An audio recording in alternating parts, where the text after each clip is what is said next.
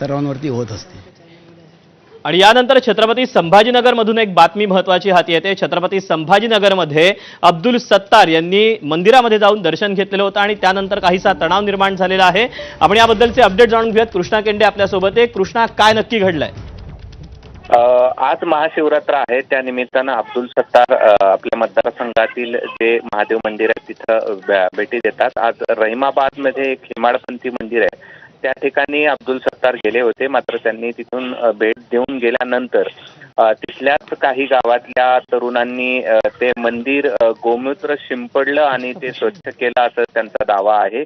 आणि सत्तार हे मांसाहारी आहेत आणि त्यामुळे त्यांनी मंदिरामध्ये प्रवेश केल्याचा त्यांचं म्हणणं होतं आणि त्यानंतर हे गोमूत्र शिंपडून त्यांनी मंदिर स्वच्छ करण्याचा प्रयत्न या ठिकाणी केलेला आहे। आणि यामुळे काही काळ तणावाचं निश्चित वातावरण होतं, मात्र आता तिथे कुठल्याही प्रकारचा तणाव नाही। कृष्णा, धन्यवाद दिलेल्या सगळ्या सविस्तर माहितीबद्दल।